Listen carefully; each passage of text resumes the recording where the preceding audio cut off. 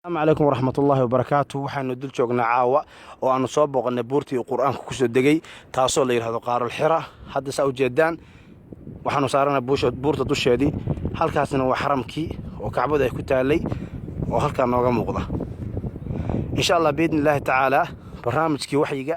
iyo suu soo degay oo dhammaystiran insha Allah ayaanu idin faahfaahin doonaa. la socosho wacan insha Allah.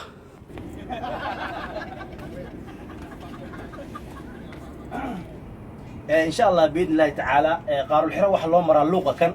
لوق آدو عريريا مركز صباح إن شاء الله بإذن الله وأوجد بيننا وحنا سكودين هنا إنه إن شاء الله أي نمرنا مركز تعالى والنبي محمد صلى الله عليه وسلم إنه نمرنا أي سكودين هنا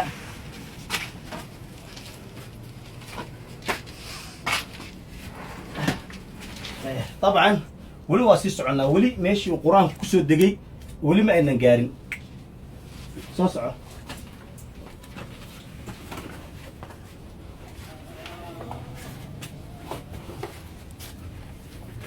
صوصعه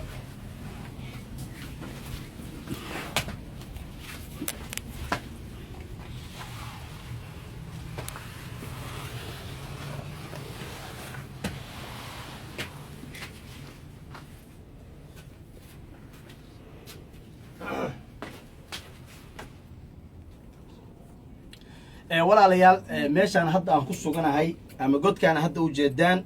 waa god waxa weeye magaciisa la yiraahdo qaarul xira ayaa la yiraahdaa. rasuulku sallallahu alayhi wasallam intuusan nabi noqon ka hor ayuu meeshatan iska imaan jiray isaga oo ka fakaraya ilaahay samadan iyo dhulkaan khalqay iyo ilaahay subxaanahu wa ta'ala sida uu koonkaan u khalqay isaga oo ka fakarsan habeenada ka mid ah oo ay tahay bil ramadaan ayaa waxa uu yimi halakan isagoo jooga. طبعا nabigu markuu halkan imaan jiray muddo ayuu iskaga dhex jiray dhowr maalmood ayuu iska joogi jiray raashinkiisa iyo sharaabkiisana hore ay u soo qaadan jiray rasuulku sallallahu alayhi wasallam isagoo halkan iska jooga oo iska cibaadeysanaya ayaa waxa uu yimi malaku jibriil ayaa ilaahay subxaanahu wa ta'ala uu nabiga sallallahu alayhi wasallam oo u soo diray. markaas jibriil waxa uu ku yiri nabiga sallallahu wa sallam alayhi markuu u yimi ayuu wuxuu jibriil nabiga ku yiri iqra ayuu ku yiri. markaas ayuu rasuulku sallallahu alayhi wasallam waxa uu yiri akhi buu ku yiri walaalkayow ma ana biqaarin ya akhi buu ku yiri waxna ma akhriyo waxna ma qoro. markaas ku yiri mar labaad ayuu wuxuu ku yiri iqra waad akhrinaysaa akhri ayuu ku yiri. markaas wuxuu ku yiri ma ana biqaarin ya akhi. markaas ku yiri hadana iqra wa akhrinaysaa akhri. markaas ayuu waxa weeye u akhriyay jibriil oo wuxuu ku yiri waxa tiraahdaa iqra bismi rabbika alladhi خلق الإنسان من علق اقرأ وربك الأكرم الذي علم بالقلم علم الإنسان ما لم يعلم أيوك رسولك صلى الله عليه وسلم. مركز رسولك كدب يري أو حفظي marka ay arintaas dhamaatay kadib ayuu nabigu isagoo baqsan oo argagaxsan oo gariiraya ayuu buuratan ka degay. kadibna waxa uu tagay xaaskiisa khadiija ayuu u tagay ilaahay raaliha ka noqday isagoo wuxuu leeyahay idaboola isagoo leh oo baqsan ayuu gurigiisa tagay. markaasay khadiija ilaahay raaliha ka noqday nabiga ay dejisay oo tartiib ula hadashay oo waxa weeye markii ay baqdintu ka baaday kadib waxoogaa degayna waxa ay ku tiri ii waran maxaad soo aragtay. rasuulku sallallahu alayhi wasallam waxa uu sheegay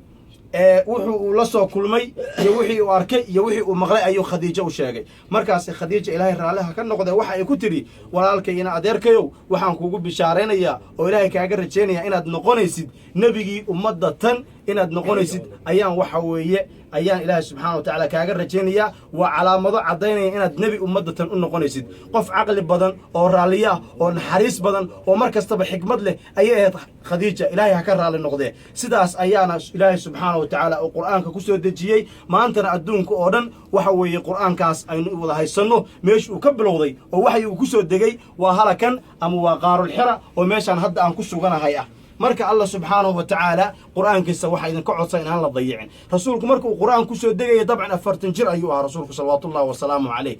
إن شاء الله بإذن الله تعالى إلهي وحن قبرينا قف كست أو مسلنا أو كتابك إلهي حفظية أو قرآنك إلهي حفظية إنه إلهي وقدق قرآنك كيو شفع قادلها إنه إلهي سبحانه وتعالى وقدق لها قرآنك كيو وحوي جند وقد بلها ودرجة وقصرية وكفول لها أيان الله وقرجينها سبحانه وتعالى قف كست أو فيديو كان ولا ليس كلا usii sheer gareeya oo muslimiinta gaarsiiya oo tusa meeshii waxay uu ku soo degayna ilaahay waxaan ka baryaa subxaanahu wa tacaala inuu xaafid alqur'aan ka dhigo oo ilaahay ajar iyo xasanaad uu ka siiyo khayrka iyo dacwada fidinteeda ayaan alla subxaanahu wa tacaala uga rajaynaya dhammaantiinna waxaan idinka codsanaya inayd qur-aanka ilaahay dayicin oo qur-aanka ilaahay la akhriyo oo maalin ilaahay keeno la isku dayo inaad xataa waxa weeye dhowr aayadood aad kalaamka ilaahay walaalayaal ka akhridaan ilaahay subxaanahu wa tacaala ajar iyo xasanad aan la soo koobi karin ha idinka siiyo inta ay daawanayseen fideogaanna usii sheergara walaalahaaga kaloo muslimiinta ah ilaahayna innagii kulligeenba haynoo ka dhigo sadaqa jaariya cid kasta oo qisadan waxyiga ah waxa weeye ee barnaamijkeenna kan ku daawata waxaana weeye khayr baa idin rajaynayaa